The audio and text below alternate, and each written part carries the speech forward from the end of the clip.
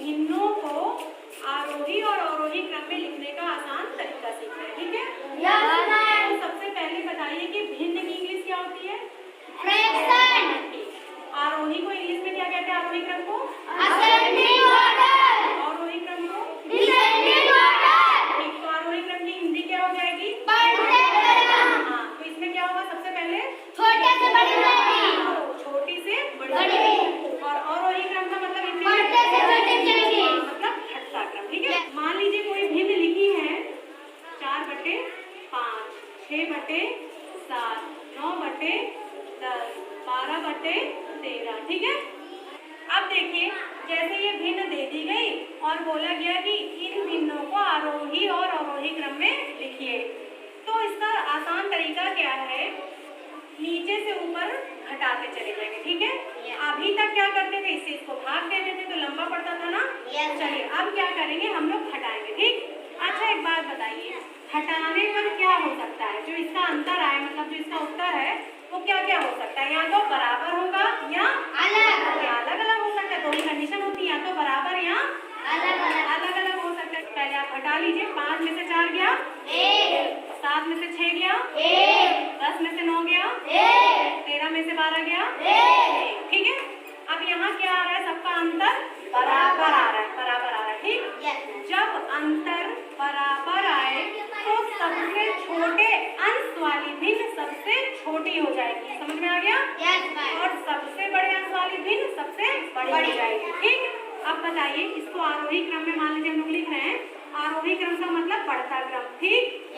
सबसे पहले सबसे छोटी गिनती, फिर उससे बड़ी, फिर उससे बड़ी, फिर सबसे बड़ी। इतना तो पता है आप लोगों को?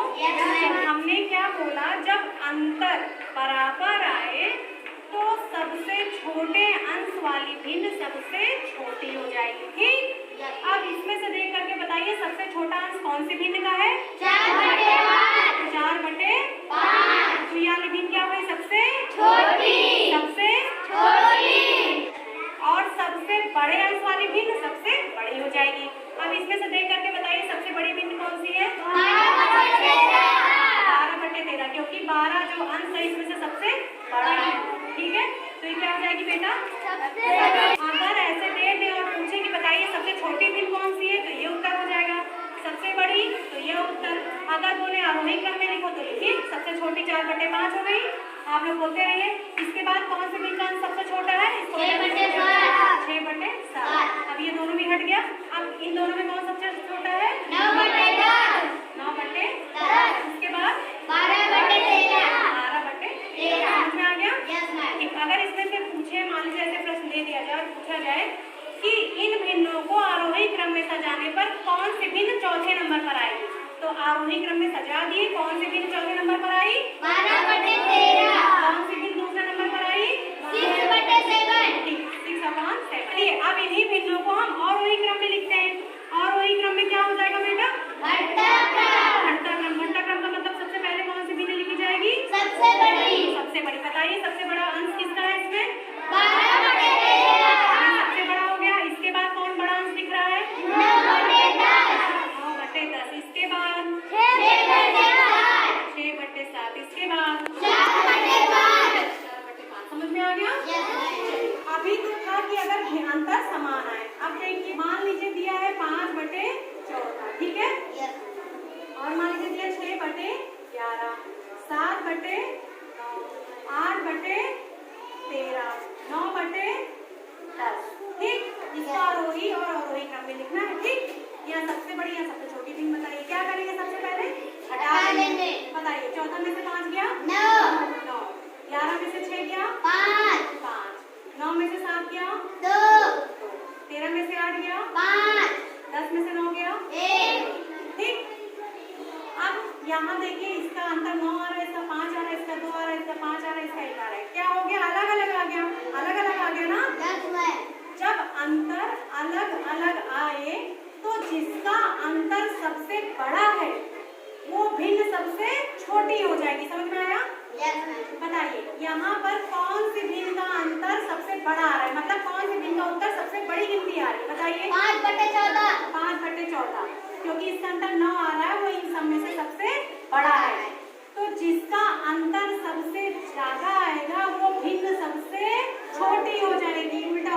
अगर अंतर अलग अलग आए तो सबसे ज्यादा अंतर जिस भिन्न का रहेगा वो भिन्न सबसे छोटी हो जाएगी, और सबसे कम अंतर जिस भिन्न का रहेगा वो भिन्न सबसे बड़ी हो जाएगी। तो सबसे बड़ी 9/10 है।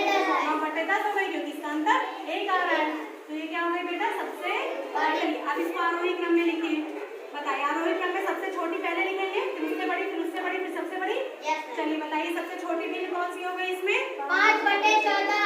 5/14 को हटा दीजिए। अब इसको छोड़ करके देखिए, ठीक।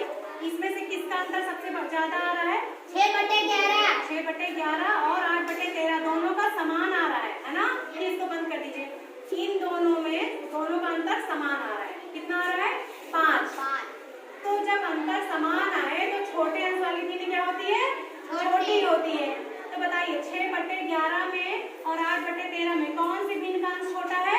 6/11। तो इसके बाद 6/11 हो जाएगा। सबसे छोटी है, उससे बड़ी है। अब यही दोनों बची है तो सबसे बड़ी है। अब इन दोनों में बताइए। 8/13। 8/13, ठीक। उसके बाद 7/9। 7/9 और सबसे बड़ी 9/10। इसी का उल्टा हो जाएगा और वही क्रम। अब यहाँ से क्या क्या पता चला? सबसे छोटी भिन्न 5/14, सबसे बड़ी 9/10। आरोही क्रम में लिखने पर कौन सी भिन्न चौथे नंबर पर आ रही है? 7/9। समझ में आ गया? Yes ma'am. ये भिन्न दे दी गई। अब इसको आप लोग आरोही क्रम में करके दिखाएं, ठीक है?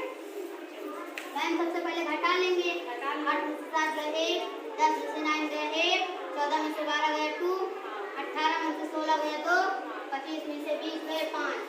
मैम ये वाली भिन्न सबसे छोटी है, क्योंकि मैम इसका अंतर मैम सबसे बड़ा आ गया है। चलिए लिखिए, फिर इसको आरोही में सबसे पहले सबसे छोटा लिखेंगे ना। Yes ma'am. 20/25 हो गया। ठीक, छोटी हाँ उसको हटा दीजिए। अब कौन सी सबसे छोटी है? मैम ये दोनों। हाँ, अब इसके बाद सबसे ज्यादा अंतर इन दोनों का है। अब इन दोनों में भी कौन सबसे छोटी है? मैम 12/14, क्योंकि मैम इसका अंश इससे छोटा है। हाँ, जब अंतर समान है तो जिसका अंश छोटा है वो छोटी हो जाएगी, ठीक। चलिए 12/14। हाँ 12/14 फिर मैम ये आएगी 16/18। 16/18, ठीक। उसके बाद मैम ये दोनों का अंतर मैम समान आ गया। मैम इसमें छोटी ये रहेगी